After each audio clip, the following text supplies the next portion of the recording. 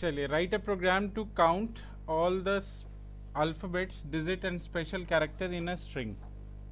एक स्ट्रिंग हमें लेना पड़ेगा इसमें, जिससे हमें अल्फाबेट, डिजिट्स और स्पेशल कैरेक्टर को काउंट करना है। राइट, स्ट्रिंग, कोई भी एग्जाम्पल स्ट्रिंग ले लेते हैं। Let's take an example string Python @123, simple. और हमें काउंट करना है स्ट्रिंग में कितने लेटर्स हैं, अल्फाबेट्स हैं, कितने स्पेशल कैरेक्टर्स हैं और कितने डिजिट्स हैं। राइट,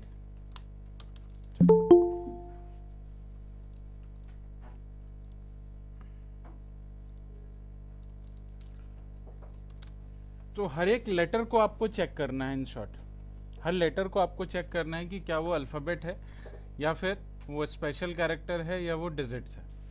तो मैंने इस स्ट्रिंग पे एक लूप लगाया, फॉर लूप सिंपली, और इससे आपको हर एक कैरेक्टर आइटरेट होके मिल गया in I.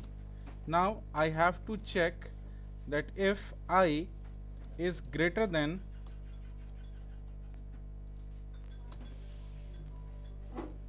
equal to A and I less than equal to Z,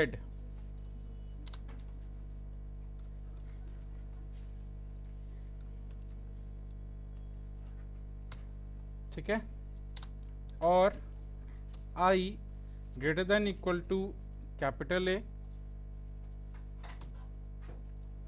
and I less than equal to capital Z। अगर इस कंडीशन, ये कंडीशन अगर आपकी ट्रू हो जाती है तो वो पर्टिकुलर आई क्या होगा, अल्फ़ाबेट। ये अल्फ़ाबेट की कंडीशन है। अल्फ़ाबेट की कंडीशन में आई की value must be greater than A और जेड। आई की value must be greater than A और less than Z, same capital A और लेस देन जेड।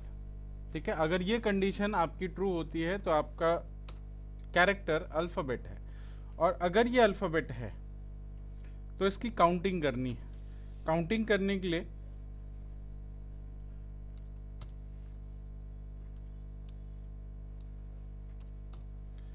मैं 3 वेरिएबल लेता हूँ, A for alphabet, D for digit और S P for special character.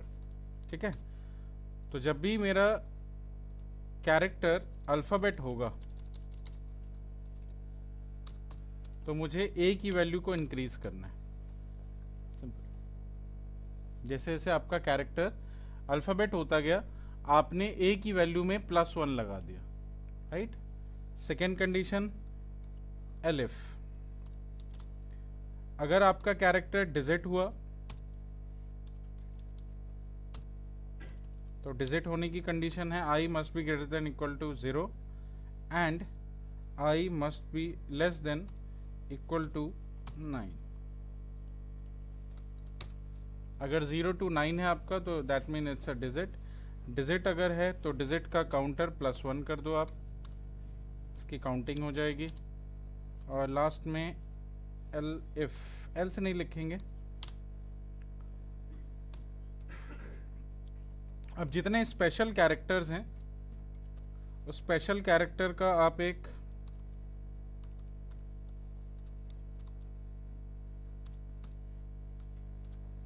@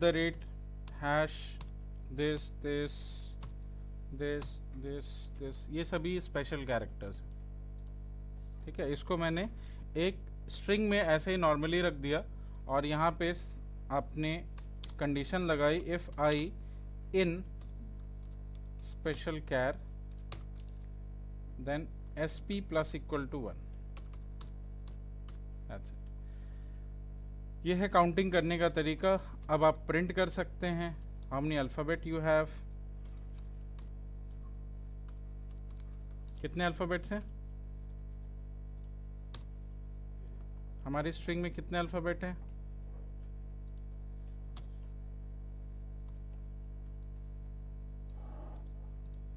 Count करके बताओ, 5 या 6? डिजिट्स कितने हैं? 3। और स्पेशल कैरेक्टर कितने हैं? 1।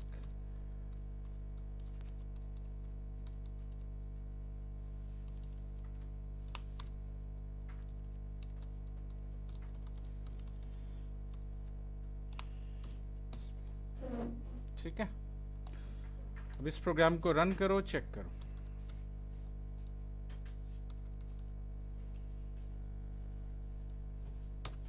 Output is alphabet total 6, digit 3, special character 1। आप अपनी स्ट्रिंग चेंज कर सकते हैं।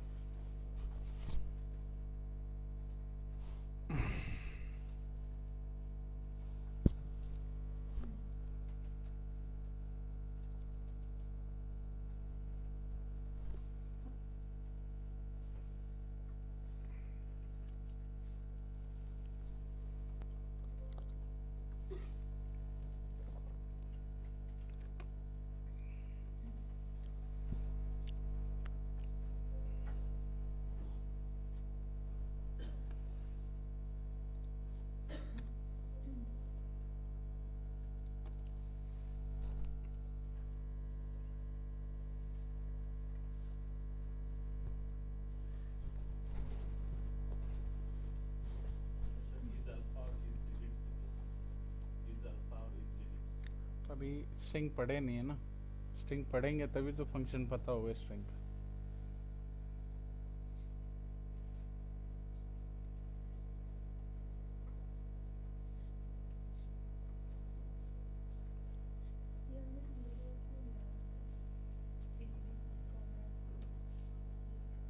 काउंटर है वो, अल्फ़ाबेट को काउंट करना है तो एक अल्फ़ाबेट के लिए काउंटर चाहिए, मतलब एक वेरिएबल चाहिए जिसमें उसकी काउंटिंग होगी। तो उसकी इनिशियल काउंटिंग क्या होगी? 0। इनिशियली तो कोई भी काउंटिंग 0 ही है।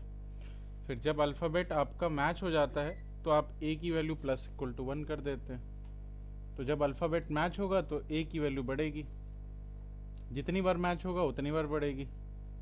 तो ये 6 टाइम ऐड हुआ है, मतलब 6 डिजिट, 6 अल्फ़ाबेट है अपने पास, क्योंकि 6 बार ये कंडीशन मैच हुई। समझ आया? ये डिजिट्स के लिए। हाँ, तो जब डिजिट का कंडीशन मैच होगा तो d की वैल्यू बढ़ेगी, तब हमें डिजिट का काउंटर मिलेगा। समझे? और जब स्पेशल कैरेक्टर मैच होगा तो स्पेशल कैरेक्टर का वेरिएबल +1 होगा। ठीक है?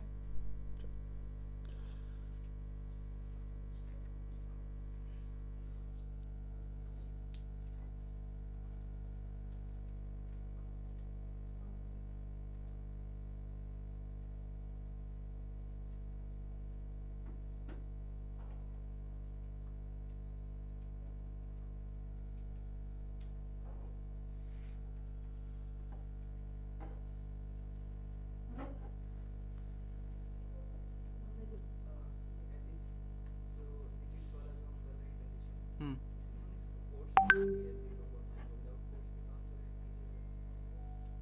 किसको? ये वाला 0 to 9?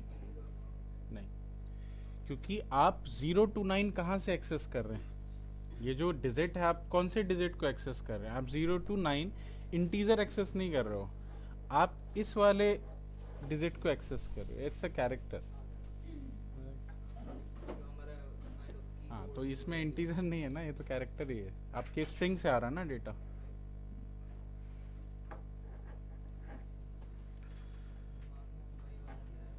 हाँ, अच्छा।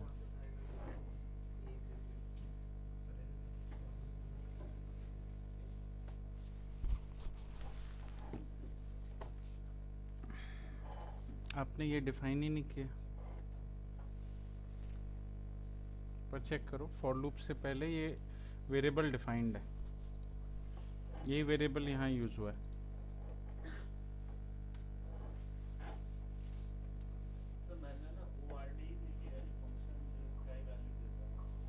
क्यों किया? क्यों आस्क के वैल्यू चाहिए, तो अपने आप ही मैच कर लेता है। अभी स्पेशल जो कैरेक्टर है ये इसमें ब्रेसेस भी तो आते हैं, ब्रेसेस हो गया, बैकटिक हो गया और हाइफन हो गया। स्पेशल में दिया हाइफन तो हो जो गया। डालना है आप इसमें डाल दो। आप अपनी स्ट्रिंग बना लेते हो, जितने स्पेशल कैरेक्टर हैं आपके पास उनकी एक पूरी स्ट्रिंग बना लिया आपने और फिर मैच करा लिया, वो आप इसमें डालते चलो। और भी कोई स्पेशल कैरेक्टर आप चाहते हो तो ऐड कर दो उसमें। ठीक है, स्पेशल कैरेक्टर तो अपने एंड का होता है, कुछ भी आप डाल सकते हो।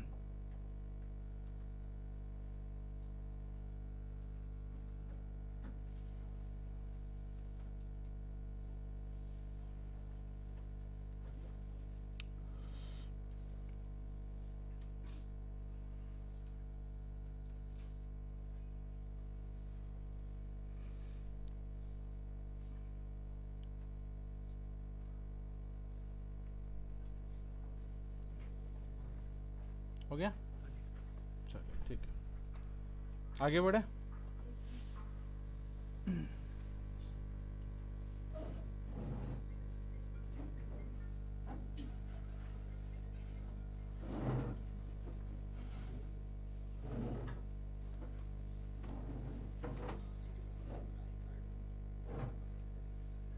लॉजिक में किसी को प्रॉब्लम तो नहीं है, ऑल ओके। चलो ठीक है, एक क्वेश्चन आप लोग ट्राई कीजिए फिर से। Write a program to multiply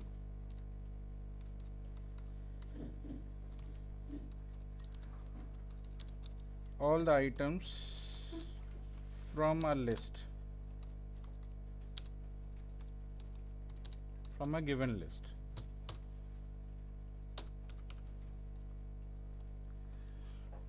आपको एक प्रोग्राम बनाना है जिसमें कि एक लिस्ट दे रखी है आपको, उस लिस्ट के जितने एलिमेंट्स हैं, आइटम्स हैं, उनको मल्टीप्लाई करना है। Just take a list,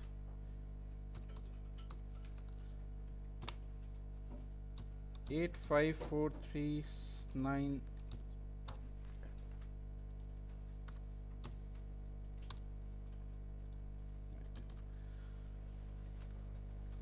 so this is the list and you have to multiply all the elements from this list।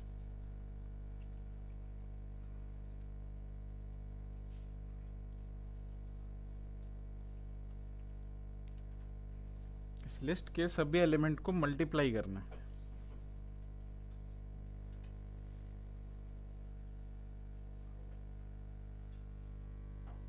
मतलब 8 का 5 से फिर जो भी output total 8 into 5 into 4 into 2 into 3 into this.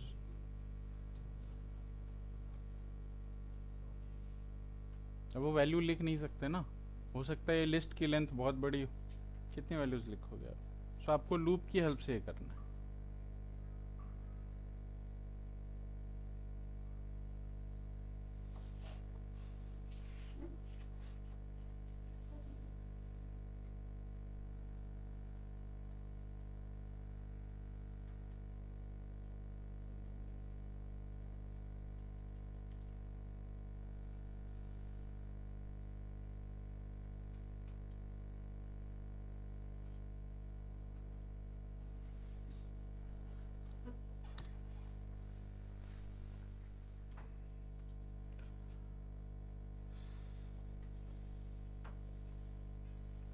Question समझ आया, क्वेश्चन समझ आया।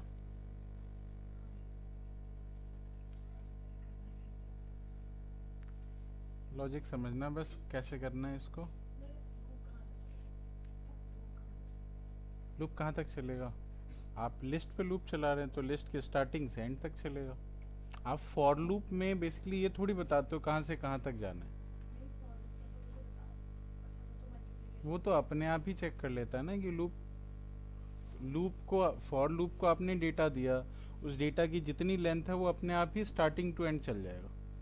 आपको ये थोड़ी बताना है कि यहाँ से यहाँ तक चलाना है।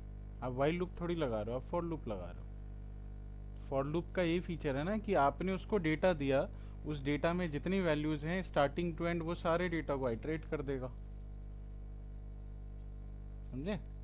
इसलिए फॉर लूप लगाते हैं। वाइल लूप में आपको बताना होता है कि लूप कहाँ से कहाँ तक चल रहा है।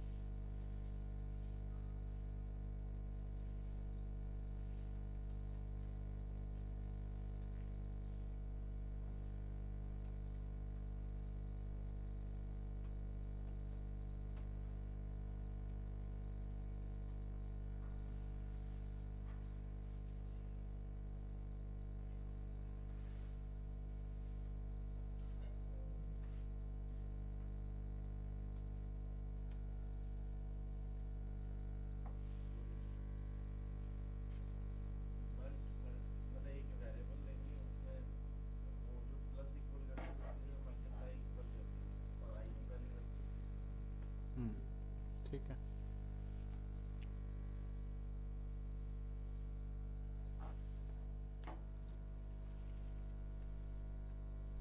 इनिशियली वैल्यू 1 रखी जाएगी, 0 रखेंगे पूरा 0 कर हम्म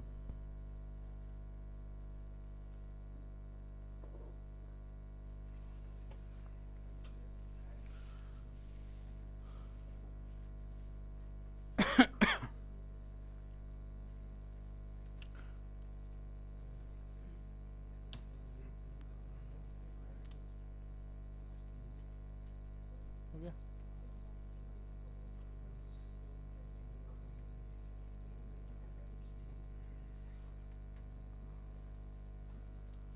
और वो किसी से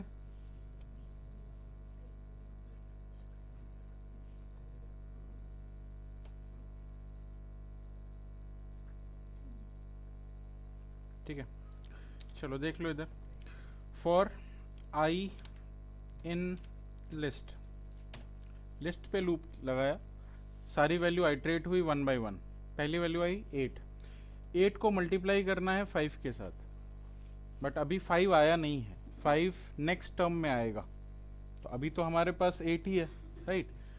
तो 8 को किससे मल्टीप्लाई करें यहाँ, या फिर एक्सप्रेशन अगर मैं लिखूं तो हमेशा मल्टीप्लिकेशन के लिए दो वैल्यूज रिक्वायर्ड होते हैं। तो दो वैल्यूज रिक्वायर्ड होते हैं, तो आई को मैं मल्टीप्लाई अभी किससे कर सकता हूँ। तो अभी मल्टीप्लाई करने के लिए आपके पास फिलहाल कोई वैल्यू है नहीं, क्योंकि 5 जो है वो नेक्स्ट वैल्यू है, तो नेक्स्ट आइट्रेशन होगी तब 5 आएगा। बात समझे। तो आप क्या करोगे, आप इसके लिए एक इनिशियल वैल्यू 1 एक वेरिएबल में सेट कर लोगे, m इज इक्वल टू 1 ले लिया मैंने, और m को मल्टीप्लाई कर दिया i के साथ।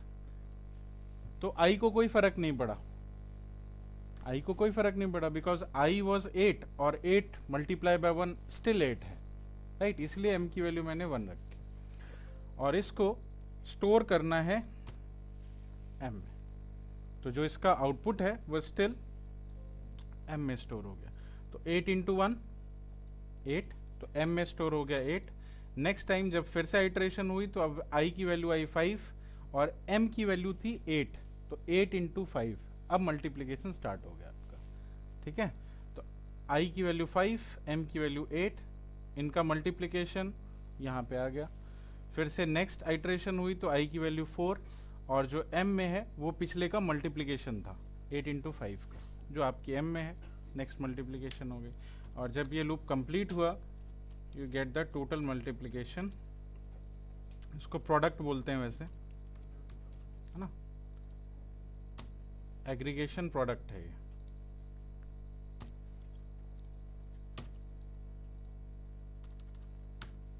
This is the multiplication.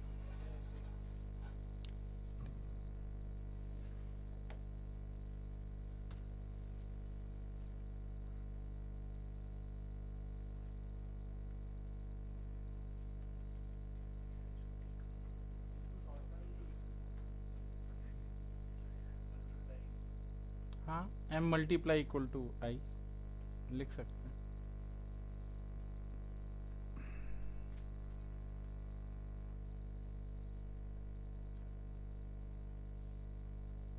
Same इसी में एक क्वेश्चन जिनको समझ आ गया है, मल्टीप्लाई की जगह सम करना है सेम लिस्ट का।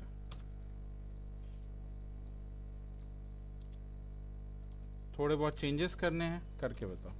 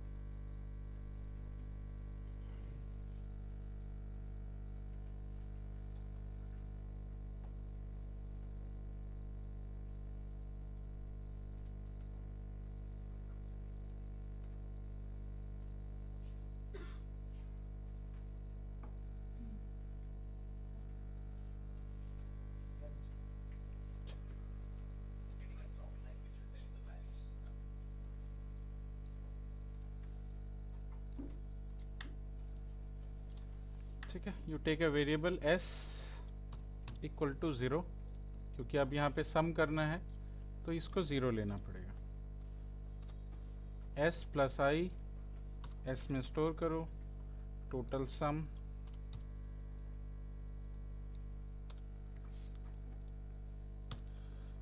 ठीक है। तो प्रोडक्ट ये है, सम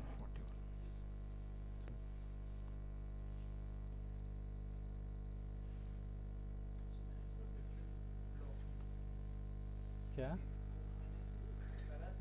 हाँ हाँ, उससे कोई फर्क नहीं पड़ता, ठीक है, चलिए।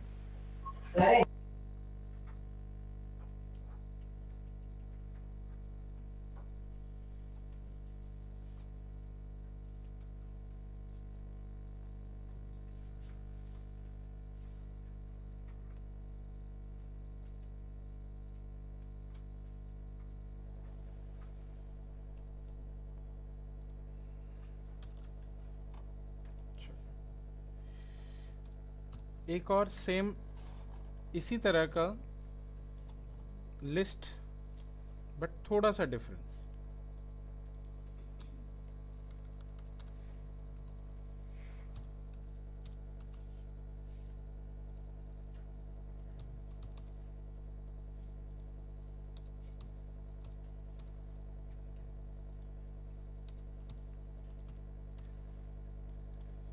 सम of all the elements from this list. ये जो लिस्ट है, इस लिस्ट के सभी एलिमेंट को सम करना है। कौन सी लिस्ट है ये? 2D list, right.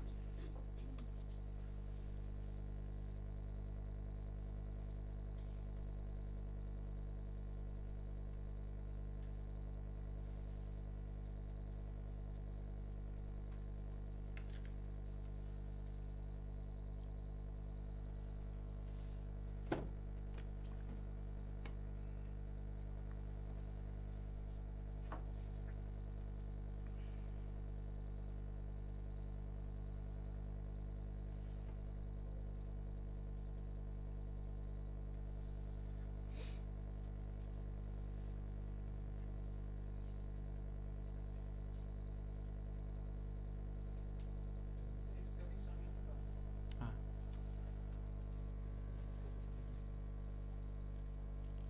आपने प्रिंट लूप के अंदर ही लगा दिया, लूप के बाहर होगा प्रिंट। इंडेंटेशन हटाओ प्रिंट से, पीछे करो उसको।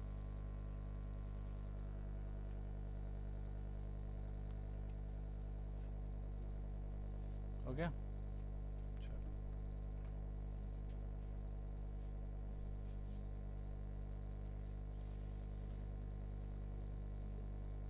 2D लिस्ट आइटरेट करना बताया था कल।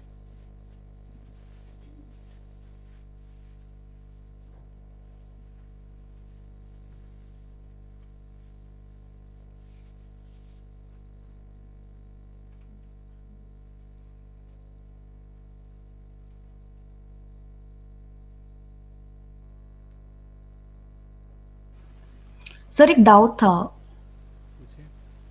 ये क्वेश्चन में एस वेरिएबल 0 ही क्यों लिया हुआ है? क्योंकि सम कर रहे हैं, ओके सर। सम करते टाइम जो पहली वैल्यू हमारी सम होगी, ये जो एक्सप्रेशन में जब जाएगा तो आई की वैल्यू तो आपको मिल जाएगी, और आई यस को सर। आप सम किससे करेंगे? तो इनिशियली हमारे पास कोई वैल्यू है नहीं, तो हमने इसको ज़ीरो कंसिडर किया और ओके मल्टीप्लिकेशन में वन कंसिडर किया, so that value could not be changed. ठीक है। Okay sir.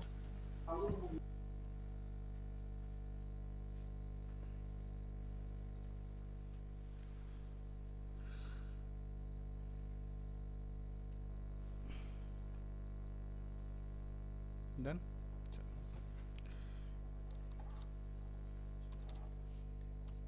It's very simple. कल मैंने ऑलरेडी आपको बताया था 2D लिस्ट को आइटरेट कैसे करते हैं। वैल्यू आइटरेशन के लिए आप नेस्टेड लूप लगाते हो, है ना, और जो वैल्यू आपको मिलेगी जे में, सिंपली आपको क्या करना है, S equal to S plus J करना है। टोटल सम आपको यहाँ मिल जाएगा।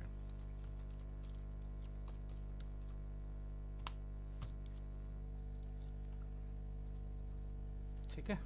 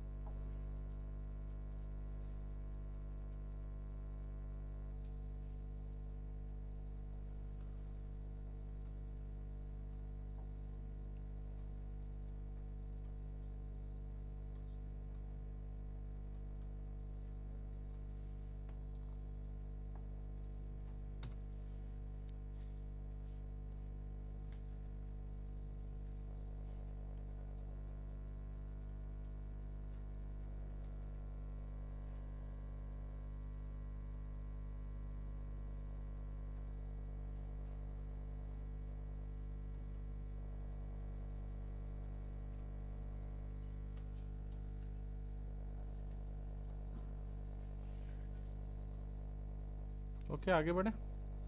नोट कर लिया सभी ने?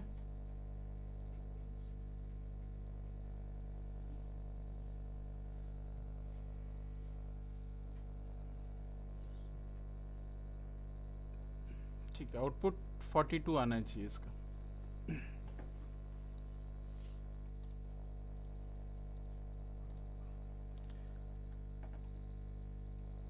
ओके, सो लूप हमारा कंप्लीट हो गया है।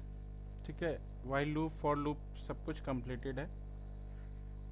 अब हम लोग नेक्स्ट टॉपिक पे मूव करते हैं, एक नई फाइल बनाते हैं, और नए टॉपिक का नाम है स्ट्रिंग। सर इसमें हमारा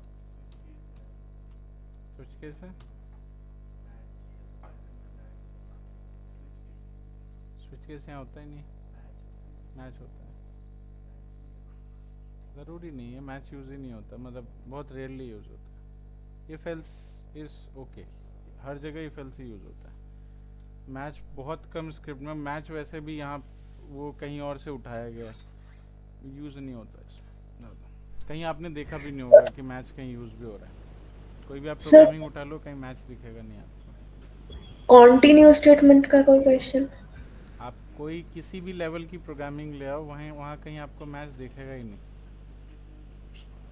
यूज़ ही नहीं होता। हाँ, हेलो, क्या बोल रहे हो? सर कॉन्टिन्यू स्टेटमेंट का कोई क्वेश्चन? कंटिन्यू स्टेटमेंट का कोई क्वेश्चन? कंटिन्यू स्टेटमेंट मैंने बताया नहीं है। देखो, हाँ, जो जनरली देखो क्या होता है, जो मोस्टली यूजेबल चीज़ है ना, उसको आप पढ़ोगे ज़्यादा बेटर है। अब जो चीज़ पढ़ लिया, यूज़ ही नहीं आने वाला है, कोई फ़ायदा नहीं। जो चीज़ यूज़ आने वाली चीज़ है वो पढ़ा करो। ठीक है, वैसे करने के लिए तो बहुत सारी चीज़ है, आप ये सारी चीज़ें एक लाइन में भी कर सकते हो, है ना, इतना लिखने की ज़रूरत ही नहीं, एक सिंगल लाइन में भी हो सकता है, बट यूज़ नहीं आता। राइट, तो जो ओके चीज़ यूज़ की नहीं है उसको मत पढ़ा करो। आप ओके कंटिन्यू पढ़ भी लिया, मैच पढ़ भी लिया, कहीं आ ही नहीं रहा तो पढ़ के क्या फ़ायदा जब आप उसको यूज़ ही नहीं कर पा रहे। तो जो चीज़ मोस्टली यूजेबल है, फ्रिक्वेंटली आप यूज़ कर सकते हैं, उसको आप सीखिए। ठीक है, ओके सर। चलिए नेक्स्ट टॉपिक है स्ट्रिंग।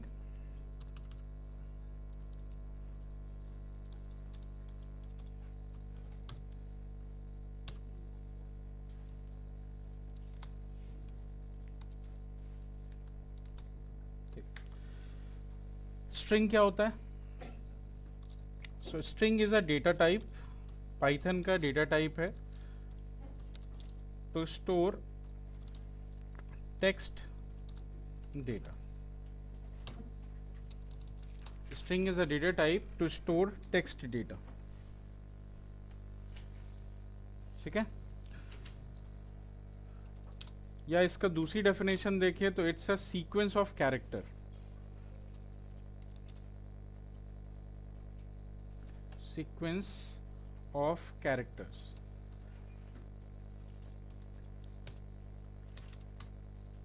ठीक है, string is a data type to store text data, या फिर सीक्वेंस ऑफ कैरेक्टर्स को हम स्ट्रिंग बोलते हैं। राइट, स्ट्रिंग लिखने के कितने तरीके हैं? So when we use to store the text data, we write into, it will be enclosed into inverted commas।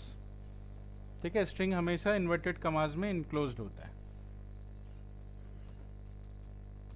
जैसे हमने सिंगल इन्वर्टेड कमा में इनक्लोज किया, जैसे हमने इसको डबल इन्वर्टेड कमा में इनक्लोज किया। Is there any difference between them? कोई डिफरेंस है? सिंगल इन्वर्टेड कमा या डबल इन्वर्टेड कमा में कोई डिफरेंस है? नहीं। मैंने S को प्रिंट किया, S1 को प्रिंट किया, अभी के लिए तो कोई डिफरेंस नहीं है, बट डिफरेंस हो सकता है।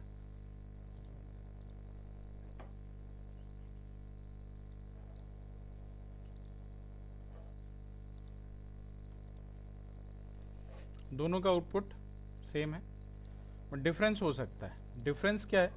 अगर आपको अपनी स्ट्रिंग के अंदर कहीं पे भी प्रिंट में डबल इन्वर्टेड कमा यूज करना हुआ, पाइथन पे डबल इन्वर्टेड कमा लगाना है और प्रिंट कराना है, तो आप सिंगल इन्वर्टेड कमा से इनक्लोज करेंगे इसको। बात समझ आई? Now your output is Python double inverted.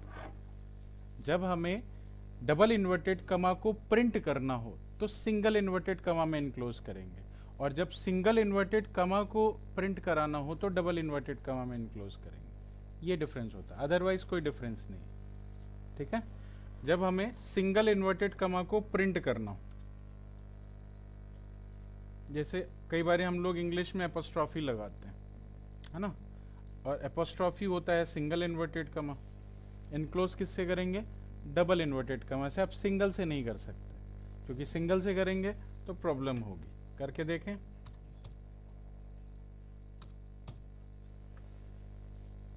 क्योंकि सिंगल इन्वर्टेड कमा यहीं पे बंद हो गया आपका। एपोस्ट्रॉफी को उसने सिंगल इन्वर्टेड कमा क्लोजिंग बता दिया, तो वहाँ प्रॉब्लम आ गई, आगे वाला कैरेक्टर उसके लिए इनवैलिड हो गया। ठीक है, इसीलिए इसको डबल इन्वर्टेड कमा से इनक्लोज करोगे तो ये सही आउटपुट दिखाएगा। ये डिफरेंस है इसका।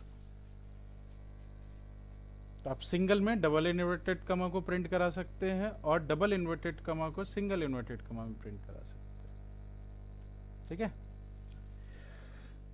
नेक्स्ट। और अगर किसी टेक्स्ट में दोनों आ गए तो पॉसिबली दोनों भी तो आ सकते हैं, तो ना सिंगल यूज कर सकते हैं ना डबल यूज कर सकते हैं। फिर पाइथन ने आपको दिया है 3 टाइम्स सिंगल इन्वर्टेड कमा। यहां पे आप कुछ भी लिख सकते हैं।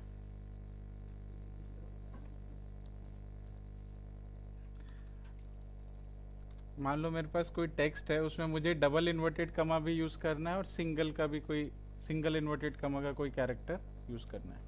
ठीक है, तो मैं ना ही उसको इनक्लोज कर पाऊंगा सिंगल से और ना ही इनक्लोज कर पाऊंगा डबल से, क्योंकि जहाँ पे मैंने डबल यूज़ किया वहाँ डबल वाला इनवैलिड हो जाएगा और सिंगल यूज किया तो सिंगल वाला इनवैलिड हो जाएगा, right. In that case we can use 3 times single inverted comma.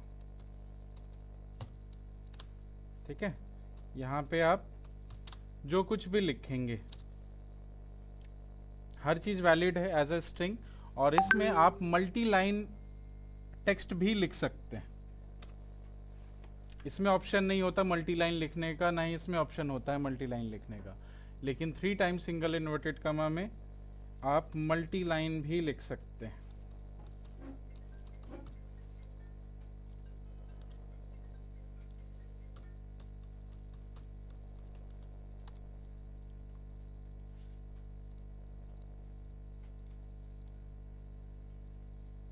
ठीक है, पाइथन इज बेस्ट प्रोग्रामिंग, जिसमें लिखा हुआ है 2 लाइन में। आप सिंगल इन्वर्टेड कमा में 2 लाइन का कभी भी यूज नहीं कर सकते, ना ही डबल इन्वर्टेड कमा में 1 से ज्यादा लाइन का कभी यूज कर पाएंगे आप, है ना। सिंगल लाइन की टेक्स्ट लिखनी हो तो सिंगल इन्वर्टेड कमा या डबल इन्वर्टेड कमा इनमें ही लिखी जाती है। मल्टी लाइन के स्ट्रिंग लिखने हो तो 3 टाइम्स सिंगल इन्वर्टेड कमा या फिर 3 टाइम डबल इन्वर्टेड कमास, इनको यूज किया जाता है। ठीक है, सेम चीज 3 टाइम डबल इन्वर्टेड कमा में भी लिख सकते हैं। तो कोई भी स्क्रिप्ट हो जो कि टेक्स्ट में लिखी हो, आप 3 टाइम और 3 टाइम सिंगल या 3 टाइम डबल इन दोनों इन्वर्टेड कमा में कवर कर सकते हैं।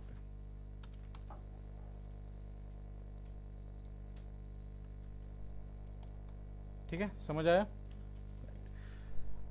ऐसे स्ट्रिंग जो कि 3 टाइम इन्वर्टेड कमाज में लिखे होते हैं, इनको बोला जाता है डॉक स्ट्रिंग।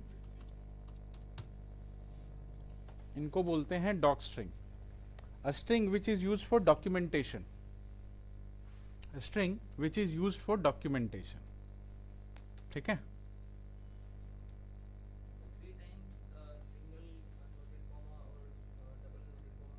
कोई डिफरेंस नहीं दोनों से।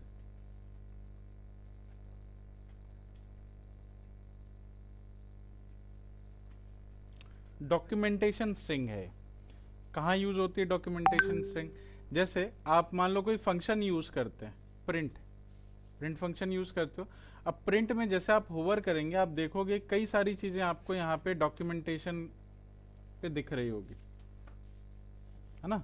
ये डॉक्यूमेंटेशन है इसकी, और ये डॉक्यूमेंटेशन इन्हीं इन्वर्टेड कमाज में लिखी जाती है उस फंक्शन में जिस फंक्शन को आप यूज कर रहे हैं। तो ये प्रिंट जहां पे भी डिफाइन हुआ होगा, वहां पे ये डॉक्यूमेंटेशन डॉक स्ट्रिंग में लिखी गई होगी, तभी आपको यहां दिख रहा है। तो जब आप फंक्शन पढ़ेंगे उसमें आप अपना डॉक्यूमेंटेशन खुद बना सकते हैं। ठीक है, क्योंकि फंक्शन यूज करने के लिए उसके बारे में पता होना जरूरी है। तो आपको अगर उसका प्रीव्यू मिल जाए तो आप इजीली उसको दिखा सकते हैं। ठीक है, तो वैसे ही जब आप फंक्शन बनाएंगे, अभी कुछ दिन बाद जब हम फंक्शन स्टार्ट करेंगे, उसमें डॉक स्ट्रिंग लगा के हम देख सकते हैं कि उसका प्रीव्यू हमें दिखता है कि नहीं। ठीक है,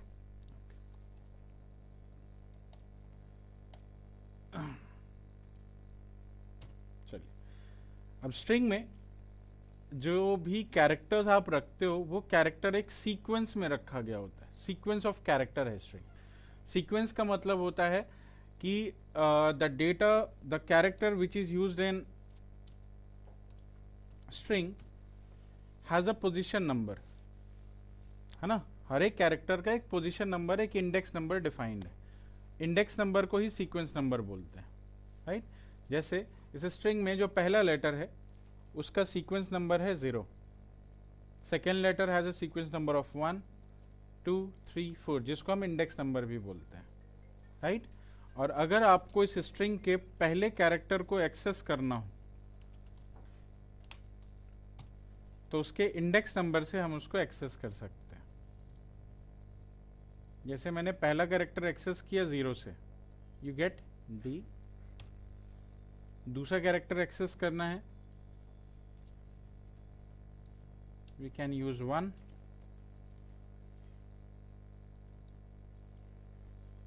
थर्ड कैरेक्टर एक्सेस करना है, we can use 2। Fourth character access करना है, we can use 3।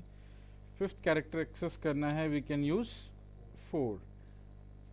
Sixth character access करना है, we can use 5। But do we have 5? हमारे पास 5 ही कैरेक्टर है, मतलब 0 to 4 का सीक्वेंस आप यूज कर सकते हैं। 5th पे आपको ये एरर दिखाएगा। 5th पे इसने एरर दे दिया, string index out of range. ठीक है, तो आपकी स्ट्रिंग में जितने कैरेक्टर्स है उसके अकॉर्डिंग आप सीक्वेंस इंडेक्स नंबर यूज कर सकते हैं और अपने कैरेक्टर्स को एक्सेस कर सकते हैं। तो these index numbers are use to access the characters. Character को एक्सेस करने के लिए यूज किया जाता है। और मोर देन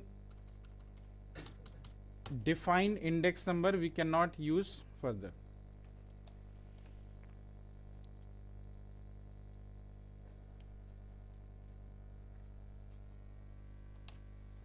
ठीक है, तो ये इंडेक्स नंबर आपकी स्ट्रिंग के एक कैरेक्टर को एक्सेस करने के लिए यूज किया जाता है। सेकेंड, आप नेगेटिव इंडेक्सिंग का भी यूज कर सकते हैं। If you want to access the last character, that will be used by -1. second last character that can be used by -2, है ना। तो आप दोनों तरह की इंडेक्सिंग यूज कर सकते हैं, नेगेटिव और positive.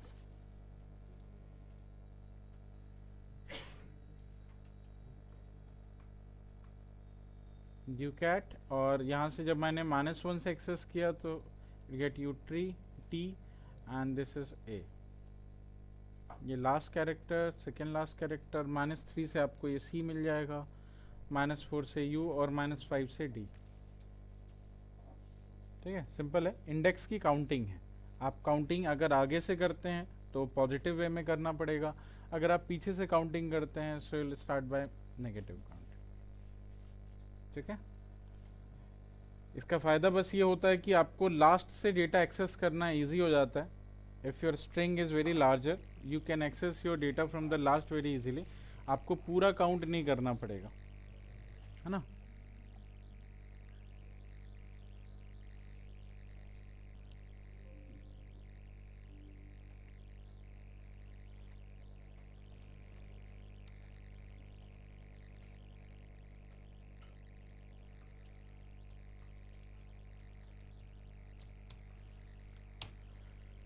Next process is slicing.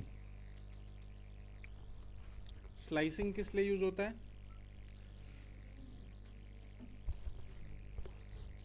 Slicing का काम होता है मल्टी कैरेक्टर्स को एक्सेस करना, है ना। अभी इंडेक्सिंग से हमने एक सिंगल कैरेक्टर एक्सेस किया, राइट। इस स्ट्रिंग को थोड़ा सा और भी इसमें कुछ ऐड कर देते हैं। एक्सटेंशन मैंने लिखा ड्यूकैट नोएडा एक्सटेंशन, ठीक है। और इसमें से, इस पूरे डेटा में से, स्ट्रिंग में से मुझे नोएडा वर्ड चाहिए, ओनली नोएडा। ठीक है, तो मुझे इस पूरे स्ट्रिंग में से नोएडा वाला जो डेटा है, सब स्ट्रिंग इसको बोलते हैं, सब स्ट्रिंग मुझे कैसे मिलेगा? तो नोएडा सब स्ट्रिंग के लिए आपको इस पूरे स्ट्रिंग को स्लाइस करना पड़ेगा, है ना। इसमें से स्लाइसिंग करनी होगी। तो स्लाइसिंग करने के लिए, अब चूंकि आप एक कैरेक्टर तो यूज नहीं कर रहे हैं, आपको 1 2 3 4 5 कैरेक्टर्स उसमें से एक्सेस करने एक साथ। तो आप स्लाइसिंग का यूज करते हो। स्लाइसिंग में सबसे पहले आपको यह देना है कि आपको जो पहला कैरेक्टर चाहिए उस पहले कैरेक्टर का इंडेक्स नंबर क्या है। यू कैन काउंट करके बताओ। ये n मुझे चाहिए, पहले नोएडा चाहिए, तो नोएडा में n, और n का इंडेक्स वैल्यू क्या है? हाँ, स्पेस भी काउंट करना है, बिल्कुल 7 है। 0 से स्टार्ट होता है। 0 1 2 3 4 5 6 7 नहीं है। So you can start by 6, then you can write colon. अब यहाँ से कोलन आप लिखो। कोलन बेसिकली रेंज के लिए यूज होता है ना। अब 6 से लेकर के आपको जाना कहाँ तक है? The last character is a का इंडेक्स वैल्यू क्या है?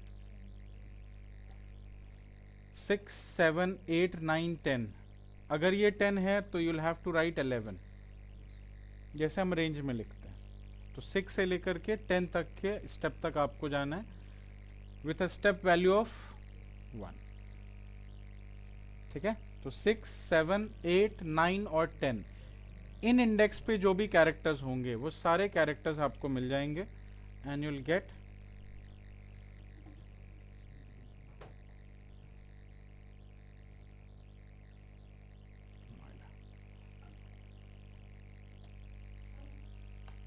ठीक है, बात समझ आई? चलिए,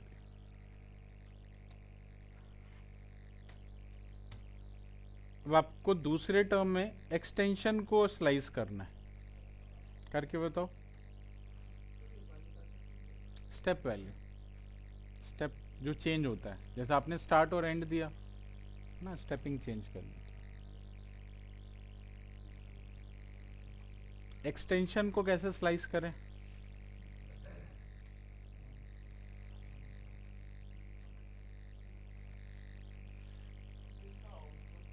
नोएडा, हाँ इसका आउटपुट नोएडा है, क्योंकि आपने जो भी इंडेक्सेस दिए हैं उससे आपका नोएडा स्लाइस हो जाएगा इसमें से।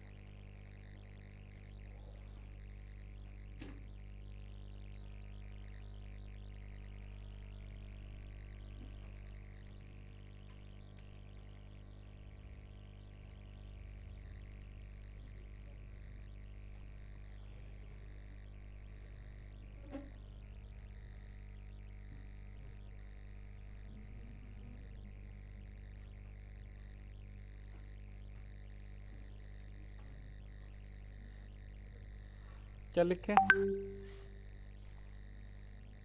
एनीबॉडी? ठीक है, स्ट्रिंग का नाम इंडेक्स कैन स्टार्ट बाय 12, 21,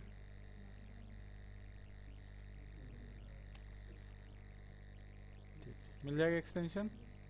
ठीक है, चेक करते हैं। ठीक है, 12 से लेके 21 तक,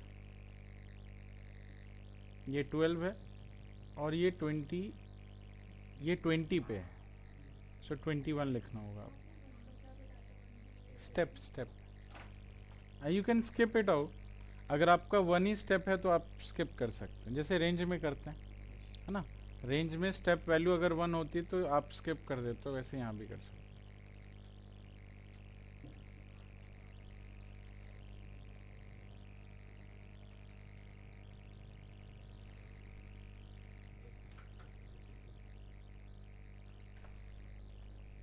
ड्यूकैट एक्सेस करना है तो 0 से कहाँ तक? 4 तक या 5 तक? 5 तक। 4 तक करेंगे तो ए पे ही कंप्लीट हो जाए। 0 to 5, 0 1 2 3 4, आगे वाला इंडेक्स चाहिए हमें 5।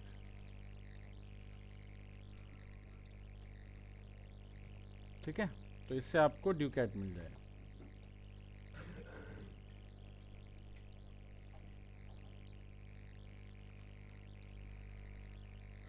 अब इसमें एक चीज़ और है कि अगर आपकी स्टार्टिंग वैल्यू 0 है, आप इसको भी स्किप कर सकते हैं।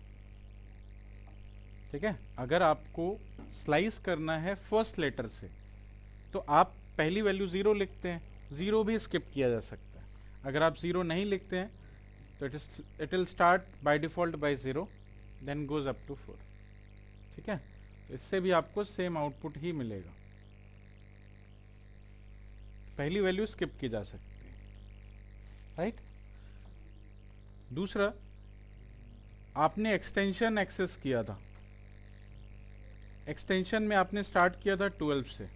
अगर आप 12 के बाद कोलन लगा के ब्लैंक छोड़ देते हैं तो ये एंड तक जाएगा। स्टार्टिंग वैल्यू अगर आप ब्लैंक छोड़ते हो मतलब 0 से स्टार्ट होगा, लास्ट वैल्यू ब्लैंक छोड़ते हो तो वो एंड तक जाता है, right. So you can start bye 12 and colon लगा के छोड़ सकते हो, ये आपको एक्सटेंशन निकाल के दे देगा।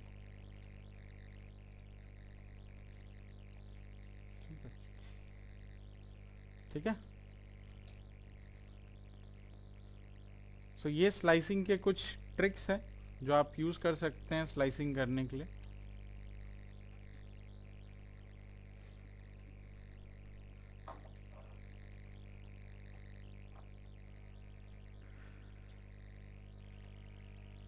ओके, क्या ये एक्सटेंशन जो हमने अभी स्लाइस किया था इसको हम -1, -2, -3, -4, -5, -6, -7, -8, -9 से एक्सेस कर सकते हैं? -9 कोलन, क्या सेम आउटपुट आएगा? बिल्कुल सेम आएगा। आप 12 कोलन लिखो या -9 कोलन लिखो, एक ही चीज़ है, ठीक है? ये सेम आउटपुट आपको देगा, एक्सटेंशन एंड एक्सटेंशन। तो चाहे नेगेटिव काउंट करो या पॉजिटिव काउंट करो, बात एक ही है।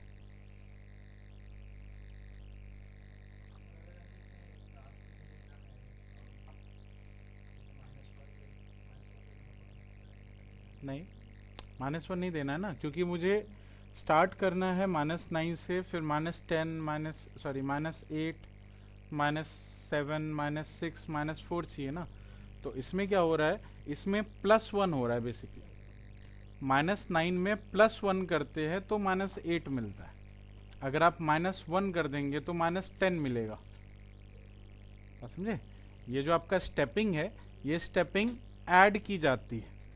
तो अगर आप 1 देते हैं स्टेपिंग तो वो 1 वैल्यू ऐड करता है, -1 देते हैं तो -1 ऐड करता है। तो -9 में आप +1 करेंगे तो -8 मिलता है, और -1 करेंगे तो -9 में -1 कर दिया तो क्या होगा, -10, मतलब वो और पीछे ही चला गया। हमें तो आगे का डेटा चाहिए ना, ठीक है? तो इसीलिए हमने यहाँ पे स्टेप वैल्यू 1 रखी है, -1 नहीं रखी। -1 तब रखेंगे जब हमें पीछे जाना हो, ऐसे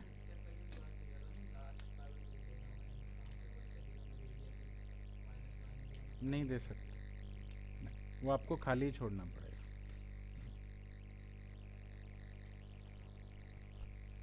ठीक है, राइट। नेक्स्ट है रिवर्स स्ट्रिंग।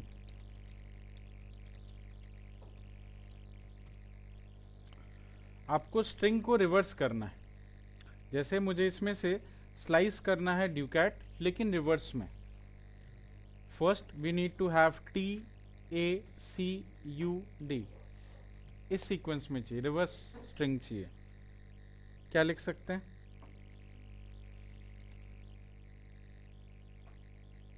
मुझे पहले T चाहिए, तो T की इंडेक्स वैल्यू क्या है?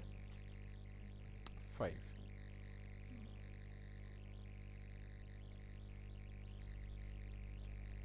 फाइव नहीं है, 4 है। कहाँ तक जाना है? D तक। तो अगर D तक जाना है तो D ब्लैंक छोड़ सकते हैं, या ये ब्लैंक छोड़ सकते हैं, बिकॉज 4 से लेके उसको चलना है बिल्कुल एंड तक, वो उसके लिए एंड है।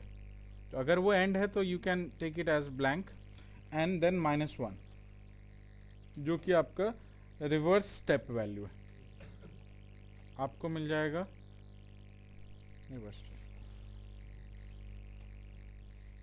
ठीक है, रिवर्स स्ट्रिंग करने के लिए आपको हमेशा नेगेटिव स्टेप लेना होता है।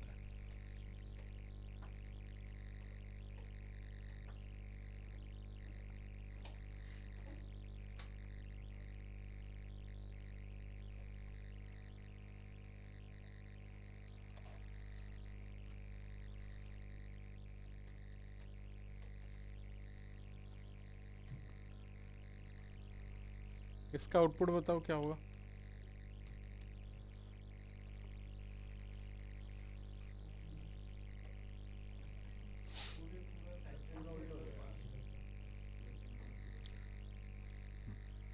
ये पूरे स्ट्रिंग को ही रिवर्स कर दें।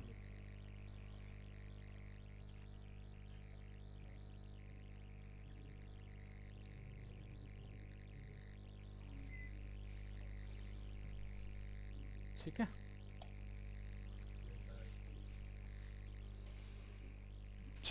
ठीक है, आज इतना ही करते हैं, कल कंटिन्यू करेंगे स्ट्रिंग को ही।